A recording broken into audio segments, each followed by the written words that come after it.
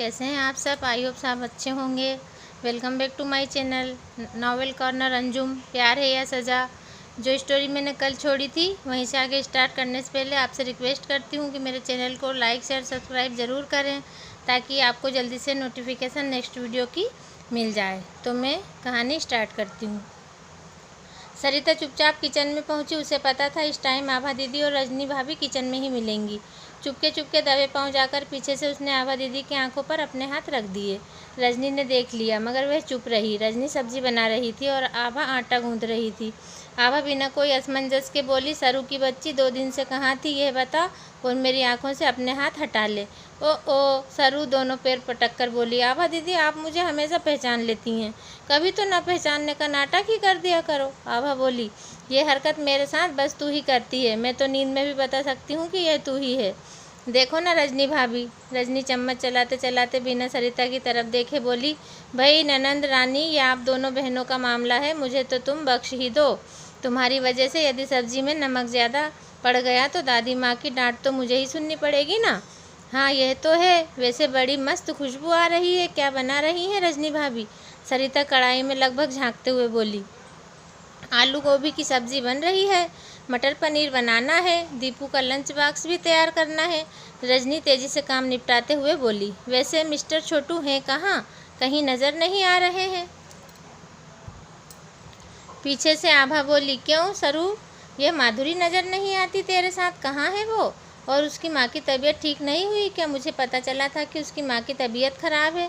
सरिता उदास लहजे में बोली, मत पूछो दीदी, बेचारी अपनी माँ की जगह सेठ जी के यहाँ काम करने जाने लगी है, उसकी माँ ने काम छोड़ दिया है। आभा हैरान होकर बोली, हे भगवान, बेचारी माधुरी इतनी सी बच्ची कैसे करती होगी, इतने बड़े घर की साफ सफाई। भगवान भी न्याय नहीं करता, कम से कम एक बेटा दे दिया होता काकी के कोख से तो आज माधुरी तो यह सब नहीं करना पड़ता। और सेठानी तो बड़ी कड़क मिजाज है, मैं जानती हूँ उसको, मेरी सहेली वहाँ पड़ोस में रहती है, मैंने कई बार उसे काकी को डांटते सुना है, बड़ी निर्दयी औरत है वो। हाँ दीदी मगर क्या करे, बेचारी की मजबूरी है, उसके बाबा अपनी जिम्मेदारी नहीं उठाते तो वो अपनी माँ और बहनों की जिम्मेदारी उठा रही है, वहीं बेटा बन गई है काकी के लिए। कहती है पहले कल्ली और मीना की शादी करूँगी, माँ का इलाज करवाऊँगी, फिर अपने बारे में कुछ भी सोचूँगी। बेचारी माधुरी, बड़ी दया आती है उस पर, मगर हम कर ही क्या सकते हैं। रजनी भाभी, आभा दीदी की शादी की सारी तैयारियां कब पूरी होंगी। जल्दी इन्हें इनके ससुराल पहुंचाइए ताकि बेचारे जीजा जी को इनकी याद में दुबले हुए जा रहे हैं, उनकी कुछ सेहत तो बन सके। आभा शर्मा गई तो सरिता उसे चुटकी काट कर बोली, देखो देखो कैसे शर्मा रही हैं दीदी। रजनी भाभी भी मुस्कुराकर बोली, कल ही फ़ोन आया था दामाद बाबू का, कह रहे थे भाभी पता नहीं ये 2 महीने इतने लंबे क्यों लग रहे हैं। मैंने कहा हाँ दामाद बाबू इंतज़ार कीजिए, इंतज़ार का फल मीठा होता है। सरिता बीच में ही बोल पड़ी, यहाँ तो इंतज़ार का फल मीठा नहीं, मिठाई की दुकान के रूप में मिलने वाला है, क्यों रजनी भाभी, है ना। आभा बेलन से पूरियाँ बेल रही थी, सरिता पर बेलन लेकर दौड़ी। सरिता रजनी के पीछे छिप गई। रजनी उसे बचाते हुए बोली, ठीक ही तो कह रही हो, ठीक ही तो कह रही है, तुम तो पूरी मिठाई की दुकान ही हो। और तीनों ज़ोर ज़ोर से हंसने लगीं। रजनी बोली, मम्मी का फ़ोन आया था, आज कह रही थी यहाँ आ जा और हमारी तरफ से पैरावनी के कपड़े अपनी पसंद से खरीद ले, फिर शादी की तैयारी में समय नहीं मिलेगा। तो आप कब जा रही हैं भाभी नागपुर। रजनी बोली, बस तुम्हारे भैया जब कह दें। दीपू की भी छुट्टी लेनी पड़ेगी, 2 दिन तो लग ही जाएंगे ना। अरे हाँ, अब तो स्कूल में 15 अगस्त की तैयारी भी शुरू होने वाली है। भाभी दीपू ने भी तो भाग लिया होगा ना, सरिता ने पूछा। हाँ वही तो सोच रही हूँ, 1-2 रोज़ में ही चली जाऊँ। देख शाम को बोलती हूँ तेरे भैया से, वो क्या कहते हैं। दीपक रजनी और प्रकाश का 3 साल का बेटा था। सरिता उसे मिस्टर छोटू कहकर बुलाती थी, वो भी अपनी तोतली आवाज़ में सरू को सड़ू सड़ू बुआ कहता था। बहुत ही खूबसूरत और हेल्थी बच्चा था, पूरे घर में सभी का लाडला था। तब तक रजनी कढ़ाई में तेल रख चुकी थी, आभा पूरियाँ बेल रही थी, रजनी तल रही थी। सरिता बोली, अच्छा भाभी अब मैं जाती हूँ, स्कूल का टाइम हो गया है। ए रुक जा, ले लंच में यह पूरी सब्जी ही लेकर जाना, वो डब्बा उठा जल्दी अलमारी से। रजनी बोली, वाह नेकी और पूछ पूछ दीजिए जल्दी। रजनी की बात सुनकर सरू झट से डब्बा लेकर आ गई। आभा ने पूरी और सब्जी भर दी। ले अब जा और शाम को चुपचाप आ जाना, रात को तेरे जीजा जी का फ़ोन आएगा तेरे पूछ रहे थे तो उनसे बात कर लेना, आभा ने कहा। ओके, तो जीजा जी हमें भी याद कर लेते हैं, खुशकिस्मती है हमारी, सरू ने इतरा कर कहा। दादी अभी भी पेड़ पौधों में व्यस्त थीं। सरिता जल्दी से गेट खोलकर बाहर आ गई। अच्छा हुआ दादी ने देखा नहीं, वरना 1000 सवाल का जवाब देना पड़ता उन्हें। सरिता जल्दी से तैयार हुई स्कूल के लिए। प्रेमा से बोली, माँ मेरा लंच बॉक्स आभा दीदी ने बना दिया है और रजनी भाभी ने कहा कि आज यही लेकर जाओ। आप मत बनाना, मुझे देर हो रही है, मैं चलती हूँ। हेलो, प्रेमा बोल रही हूँ। हेलो भाभी, मैं पूनम बोल रही हूँ। कैसी हो? सुभाष भैया कैसे हैं? सरू कैसी है? कितने दिनों से आपकी याद आ रही थी, सोचा आज बात ही कर लूँ, प्रेमा की ननंद ने कहा। ठीक है जीजी, आपके भैया भी ठीक हैं। सरू अभी अभी स्कूल के लिए निकली है और आपके भैया दुकान गए हैं। आप तो ठीक हैं ना? प्रेमा ने अपनी ननंद से कहा। हाँ, बस भोला के पापा की थोड़ी तबीयत ख़राब चल रही है, तो मैं बस ठीक हूँ। और आप भैया थोड़ा समय निकाल कर बैतूल आ जाते, इनकी खबर लेने तो अच्छा होता। मुझसे कह रहे थे आप लोगों को बुला लूँ, उनका मन है आप लोगों से मिलने का, हो सके तो आ जाओ, सरू को भी ले आना।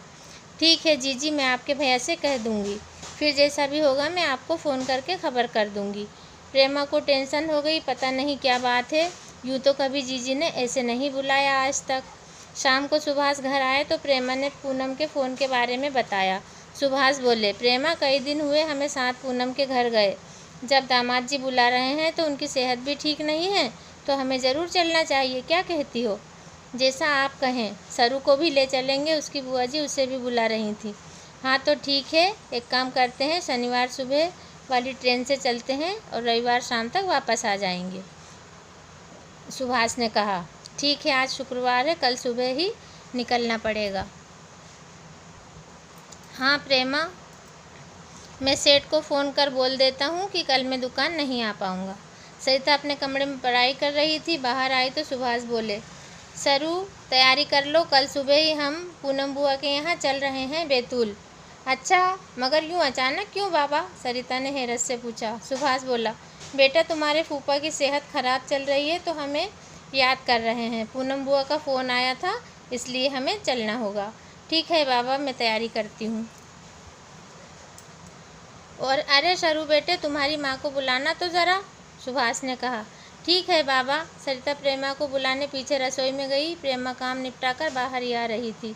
सरिता ने कहा, माँ आपको बाबा बुला रहे हैं। प्रेमा बाहर आ गई। सुभाष बाबू बोले, प्रेमा चलो थोड़ा बहुत सामान मिठाई वगैरह ले आते हैं, यूँ खाली हाथ पूनम के घर जाना अच्छा नहीं लगेगा। प्रेमा ने कहा, हाँ ठीक है, मेरे पास एक साड़ी बिल्कुल नई रखी है, वह भी ले चलेंगे, दीदी को अच्छा लगेगा। प्रेमा की बात सुनकर सुभाष खुश हो गए। सरिता बोली, आप तो बाजार हो आइए, तब तक मैं आभा दीदी से मिल आती हूँ, जीजा जी का फ़ोन आने वाला है, मुझसे बात करना चाहते थे, दीदी कह रही थी। ठीक है सरू, लेकिन ध्यान रखना ज़्यादा मजाक नहीं करना। हाँ मैं ध्यान रखूँगी, सरिता ने कहा। सुभाष और प्रेमा बाजार के लिए निकल गए। वहीं सरिता रजनी के घर चली गई। हॉल में कमला मोती दादी बैठी टीवी पर कोई भक्ति संगीत का प्रोग्राम देख रही थी। दीपू दौड़कर उसके पास आ गया। सड़ू बुआ, मेरे लिए फूल नहीं लाई आप कब से? आई एम सॉरी मिस्टर छोटू, फूल लाना भूल गई, देखो अंधेरा है ना बाहर, इसीलिए, सरिता ने उसे प्यार से समझाया। दीपू बोला, ओते अब तल लंबा के फूल जरूर लाकर देना, मतलब ओके, अब चंपा के फूल ज़रूर लाकर देना। नमस्ते मौसी, कमला ने कहा। जीती रहो सरिता। जी दीदी, हाँ बाबा बाजार गए हैं और माँ भी। कल हम पूनम बुआ के घर जा रहे हैं बैतूल, तो कुछ मिठाइयाँ वगैरह बुआ के लिए लाने गए हैं। बुआ का फ़ोन आया था, फूफा जी कुछ बीमार हैं तो तबीयत पूछने जा रहे हैं।